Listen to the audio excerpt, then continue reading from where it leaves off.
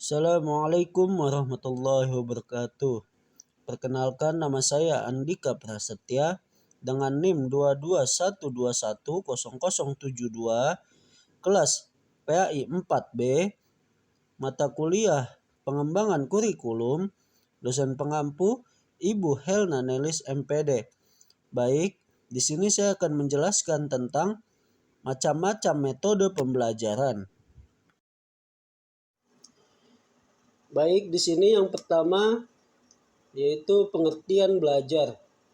Belajar suatu kata yang sudah cukup akrab dengan semua lapisan masyarakat. Bagi para pelajar atau mahasiswa, kata belajar merupakan kata-kata yang tidak asing. Bahkan sudah merupakan bagian yang tidak terpisahkan dari semua kegiatan mereka dalam menuntut ilmu di lembaga pendidikan formal. Kegiatan belajar mereka lakukan setiap waktu sesuai dengan keinginan. Belajar sebagaimana yang dikemukakan oleh Sardiman, bahwa belajar merupakan perubahan tingkah laku atau penampilan dengan serangkaian kegiatan, misalnya dengan membaca, mengamati, mendengarkan, meniru, dan lain sebagainya. Belajar juga akan lebih baik kalau subjek belajar mengalami atau melakukannya. Belajar suatu proses interaksi antara diri manusia dengan lingkungan yang berwujud, pribadi, fakta, konsep, atau teori. Dalam hal ini terkandung suatu maksud bahwa proses interaksi itu adalah yang berproses internalisasi ke dalam diri yang belajar. 2. Dilakukan secara aktif dengan segenap panca indera ikut berperan. Slameto mendefinisikan belajar sebagai suatu proses usaha yang dilakukan seseorang untuk memperoleh suatu perubahan tingkah laku yang baru secara keseluruhan, sebagai hasil pengalamannya sendiri dalam interaksi dengan lingkungannya. Baharudin, belajar merupakan aktivitas yang dilakukan seseorang untuk mendapatkan perubahan dalam dirinya melalui pelatihan-pelatihan atau pengalaman-pengalaman. Sujana memandang belajar suatu proses yang ditandai dengan adanya perubahan dari seseorang. Perubahan sebagai hasil dari proses belajar dapat ditunjukkan dalam berbagai bentuk, seperti perubahan pengetahuan, pemahaman, sikap, dan tingkah laku, keterampilan percakapan, kebiasaan, serta perubahan aspek-aspek yang ada pada individu yang belajar. Belajar dipandang sebagai suatu proses, suatu kegiatan, dan bukan suatu hasil atau tujuan. Belajar bukan hanya mengingat, akan tetapi lebih luas dari itu, yaitu mengalami. Belajar adalah suatu proses perubahan tingkah laku individu melalui interaksi dengan lingkungan. Proses perubahan tingkah laku pada diri seseorang tidak dapat dilihat, namun dapat ditentukan apakah seseorang telah belajar atau belum dengan membandingkan kondisi sebelum dan setelah proses pembelajaran berlangsung. Terus yang kedua, di sini ada pengertian hasil belajar.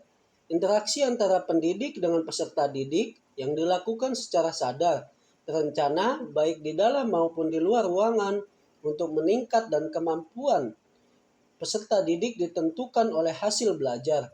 Sebagaimana dikemukakan oleh Hamalik, bahwa perubahan tingkah laku pada orang dari tidak tahu menjadi tahu, dari tidak mengerti menjadi mengerti, dan dari belum mampu ke arah sudah mampu. Hasil belajar akan tampak pada beberapa aspek antara lain pengetahuan, pengertian, kebiasaan, keterampilan, apresiasi, emosional, hubungan sosial, jasmani, etis atau budi pekerti, dan sikap. Seseorang yang telah melakukan perbuatan belajar maka akan terlihat terjadi perubahan dalam salah satu atau beberapa aspek tingkah laku sebagai akibat dari hasil belajar. Menurut Sujana, kriteria keberhasilan pembelajaran dari sudut prosesnya itu yang pertama, pembelajaran direncanakan dan dipersiapkan terlebih dahulu oleh guru dengan melibatkan siswa secara sistematik. Ataukah suatu proses yang bersifat otomatis dari guru disebabkan telah menjadi pekerjaan rutin. Yang kedua, kegiatan siswa belajar dimotivasi guru sehingga ia melakukan kegiatan belajar dengan penuh kesadaran, kesungguhan, dan tanpa paksaan untuk memperoleh tingkat penguasaan pengetahuan. kemampuan serta sikap yang dikehendaki dari pembelajaran itu sendiri. Yang ketiga, siswa menempuh beberapa kegiatan belajar sebagai akibat penggunaan multimetode dan multimedia yang dipakai guru ataukah terbatas kepada satu kegiatan belajar saja. Yang keempat, siswa mempunyai kesempatan untuk mengontrol dan menilai sendiri hasil belajar yang dicapainya, ataukah ia tidak mengetahui apakah yang ia lakukan itu benar atau salah. Yang kelima, proses pembelajaran dapat melibatkan semua siswa dalam satu kelas tertentu yang aktif belajar. Yang keenam, suasana pembelajaran atau proses belajar mengajar cukup menyenangkan dan merangsang siswa belajar ataukah suasana yang mencemaskan dan menakutkan. Yang ketujuh, kelas memiliki sarana belajar yang cukup kaya sehingga menjadi laboratorium belajar ataukah kelas yang hampa dan miskin dengan sarana belajar sehingga tidak memungkinkan siswa melakukan kegiatan belajar yang optimal. Terus ini saya akan menjelaskan yang ketiga, tujuan belajar. Tujuan dari interaksi antara pendidik dengan peserta didik yang dilakukan secara sadar, terencana baik di dalam maupun di luar ruangan untuk meningkatkan kemampuan peserta didik baik perubahan kemampuan intelektual, kemampuan minat atau emosi, dan kemampuan motorik halus dan kasar. Pada peserta didik sebagai yang dikemukakan oleh Usman bahwa hasil belajar yang dicapai oleh siswa sangat erat kaitannya dengan rumusan tujuan instruksional yang direncanakan guru sebelumnya. Secara garis besar, taksonomi Bloom, tujuan hasil belajar dikelompokkan ke dalam 3 kategori, yakni yang pertama, ranah kognitif yang terdiri dari 6 tingkatan, yaitu pengetahuan, pemahaman, penerapan, analisa, sintesis, penilaian. Yang kedua, ranah afektif yang terdiri dari 5 tingkatan, yaitu penerimaan, penanggapan, penilaian, pengelolaan, bermuatan nilai. Terus yang ketiga, ranah psikomotor terdiri dari 5 tingkatan, yaitu menirukan, manipulasi, keseksamaan, artikulasi, naturalisasi. Baik, selanjutnya saya akan menjelaskan tentang model dan metode pembelajaran. Yang pertama, hakikat model dan metode pembelajaran. Konsep pembelajaran menurut Corey adalah suatu proses di mana lingkungan seseorang secara disengaja dikelola untuk memungkinkan ia turut serta dalam tingkah laku tertentu dalam kondisi-kondisi khusus atau menghasilkan respon terhadap situasi tertentu. Pembelajaran merupakan subset khusus dari pendidikan. Lingkungan belajar hendak dikelola dengan baik karena pembelajaran memiliki peranan penting dalam pendidikan. Sejalan dengan pendapat Sagala bahwa pembelajaran adalah membelajarkan siswa menggunakan asas pendidikan maupun teori belajar merupakan penentu utama keberhasilan pendidikan. Dalam Peraturan Menteri Pendidikan Nasional Nomor 41 Tahun 2007 mengenai standar proses untuk satuan pendidikan dasar dan menengah, diuraikan bahwa pembelajaran adalah proses interaksi peserta didik dengan guru dan sumber belajar pada suatu lingkungan belajar. Proses pembelajaran perlu direncanakan, dilaksanakan, dinilai, dan diawasi. Pelaksanaan pembelajaran merupakan implementasi dari RPP. Pelaksanaan pembelajaran meliputi kegiatan pendahuluan, kegiatan inti, dan kegiatan penutup. Konsep model pembelajaran menurut Trianto menyebutkan bahwa model pembelajaran adalah suatu perencanaan atau pola yang digunakan sebagai pedoman dalam merencanakan pembelajaran di kelas atau pembelajaran tutorial. Model pembelajaran mengacu pada pendekatan pembelajaran yang akan digunakan, termasuk di dalamnya tujuan-tujuan pengajaran, tahap-tahap dalam kegiatan pembelajaran, lingkungan pembelajaran, dan pengelolaan kelas. Baik, selanjutnya saya akan menjelaskan tentang macam-macam model pembelajaran. Yaitu yang pertama, pengertian model pembelajaran langsung dapat didefinisikan sebagai model pembelajaran di mana guru mentransformasikan informasi atau keterampilan secara langsung kepada peserta didik. Pembelajaran berorientasi pada tujuan dan distrukturkan oleh guru. Menurut Killen dalam Depdiknas, pembelajaran langsung atau direct instruction merujuk pada berbagai teknik pembelajaran, ekspositori, pemindahan pengetahuan dari guru kepada murid secara langsung, misalnya melalui ceramah, demonstrasi, dan tanya jawab yang melibatkan seluruh kelas. Pendekatan dalam model pembelajaran ini berpusat pada guru. Dalam hal ini, guru menyampaikan isi materi pelajaran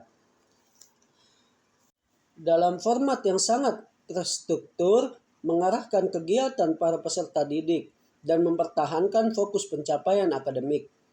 Yang kedua, tujuan pembelajaran langsung.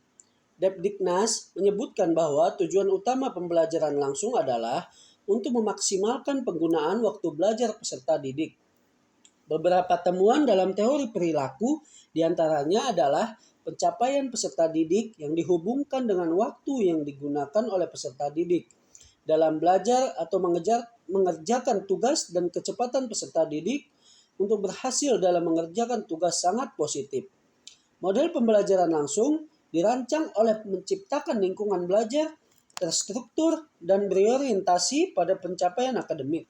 Guru berperan sebagai penyampaian informasi. Dalam melakukan tugasnya, guru dapat menggunakan berbagai media. Informasi yang disampaikan dengan strategi direktif dapat berubah pengetahuan prosedural, yaitu pengetahuan tentang bagaimana melaksanakan sesuatu, atau pengetahuan deklaratif, yaitu pengetahuan tentang sesuatu dapat berubah fakta, konsep, prinsip, atau generalisasi. Yang kedua, sini saya akan menjelaskan karakteristik model pembelajaran langsung. Menurut Depdiknas, model pembelajaran langsung dapat didefinisikan beberapa karakteristik, yaitu yang pertama, transformasi dan keterampilan secara langsung. Yang kedua, pembelajaran berorientasi pada tujuan tertentu. Yang ketiga, materi pembelajaran yang telah terstruktur. Yang keempat, lingkungan belajar yang telah terstruktur. Yang kelima, distruktur oleh guru. Baik, selanjutnya, tahapan model pembelajaran langsung. Menurut Bruce dan Well, dalam Depdiknas, tahapan model pembelajaran langsung adalah sebagai berikut. Yang pertama, orientasi. Sebelum menyajikan dan menjelaskan materi baru, akan sangat menolong peserta didik jika guru memberikan kerangka pelajaran dan orientasi terhadap materi yang akan disampaikan. Bentuk-bentuk orientasi dapat berupa yaitu kegiatan pendahuluan untuk mengetahui pengetahuan yang relevan dengan pengetahuan yang telah dimiliki peserta didik. Selanjutnya, mendiskusikan atau menginformasikan tujuan pelajaran. Selanjutnya, memberikan pelajaran atau arahan mengenai kegiatan yang akan dilakukan selama pembelajaran. Menginformasikan kerangka pelajaran. Terus yang kedua, presentasi. Pada fase ini, guru dapat menyajikan materi pelajaran baik berupa konsep-konsep maupun keterampilan. Penyajian materi dapat berupa yang A, penyajian materi dalam langkah-langkah kecil sehingga materi dapat dikuasai peserta didik dalam waktu relatif pendek. Yang B, pemberian contoh-contoh konsep. Yang C, pemodelan atau peragaan keterampilan dengan cara demonstrasi atau penjelasan langkah-langkah kerja terhadap tugas. Yang D, menjelaskan ulang hal-hal yang sulit. Terus yang ketiga, latihan terstruktur. Pada fase ini, guru memandu peserta didik untuk melakukan latihan-latihan. Peran guru yang penting dalam fase ini adalah memberikan umpan balik terhadap respon peserta didik dan memberikan pengetahuan terhadap respon peserta didik yang benar dan mengkoreksi tanggapan peserta didik yang salah. Yang keempat, latihan terbimbing. Pada fase ini, guru memberikan kesempatan kepada peserta didik untuk berlatih konsep atau keterampilan.